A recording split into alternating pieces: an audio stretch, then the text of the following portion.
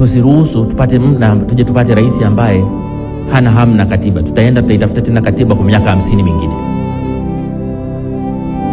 Madhari Mama Samia kaonyesha ana nia hapo. Niwaambie nini muelewe.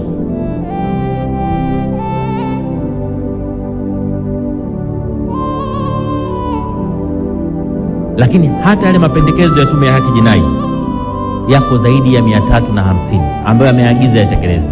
Nataka niwaambieni, yapitieni ya mapendekezo. Kama yakitekelezwa, nchi yetu haitabaki ilivyo sasa hivi. Kuna mambo ya ovyo mengi yanafanyika hapa. Rais kasema tusolve haya mambo, tuyaondoe. Viko vitu vingi vile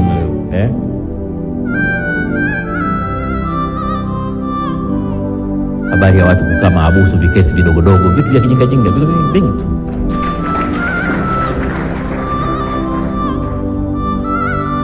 Habari ya watu kukosa dhamana kwenye vikosa vya kijinga, viko vingi tu.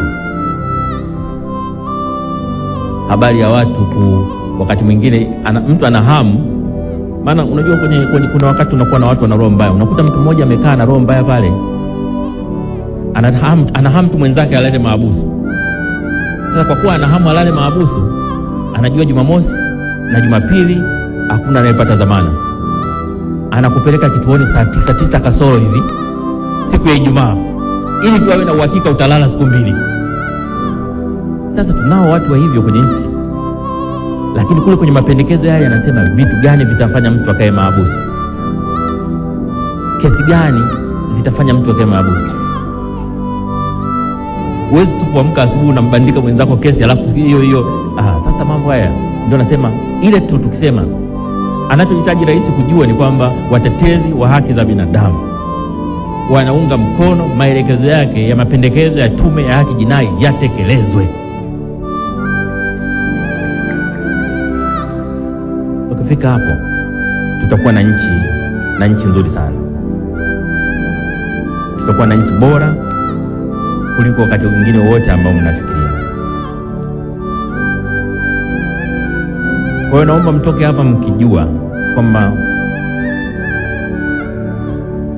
fursa tumeipata ya kupata katiba mpya kabla ya 2030, kupata katiba mpya kabla ambayo itatumika katika uchaguzi wa 29 na 30. Narudia kutumia maneno magumu, tukomae hapo.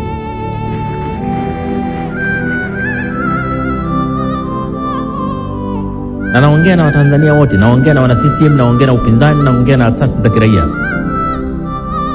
Nawaambia wana CCM, katiba mpya ni kwa faida ya watoto, wajukuu wenu na vizazi vijavyo. Nawaambia vyama vya upinzani, katiba mpya ni kwa faida yenu, watoto wenu, wajukuu na vizazi vijavyo. Nawaambia asasi za kiraia na watetezi wa haki za binadamu, katiba mpya ni kwa faida ya watoto wenu, wajukuu na vizazi vijavyo.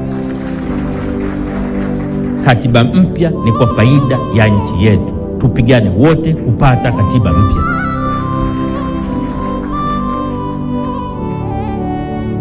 Tukishafika hapo,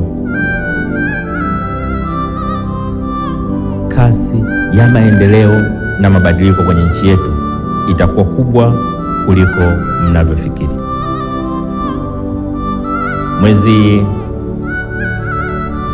Mwezi Mei, wakati rais anaapisha majaji,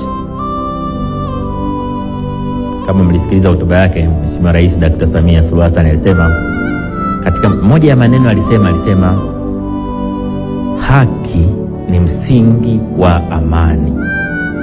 Haki ni msingi wa amani. Na mimi alipomaliza pale, wakati tulipoongea baadaye, nikamwambia Mheshimiwa Rais, kama kuna kitu na kushukuru ni wewe kusema hili, haki ni msingi wa amani. Ulisema hadharani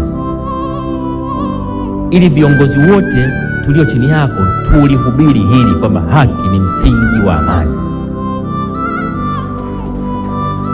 Ukishaanza kuogopa kutamka haki ni msingi wa amani, unaanza na kuona haya kutekeleza haki. Maneno yanazaa matendo.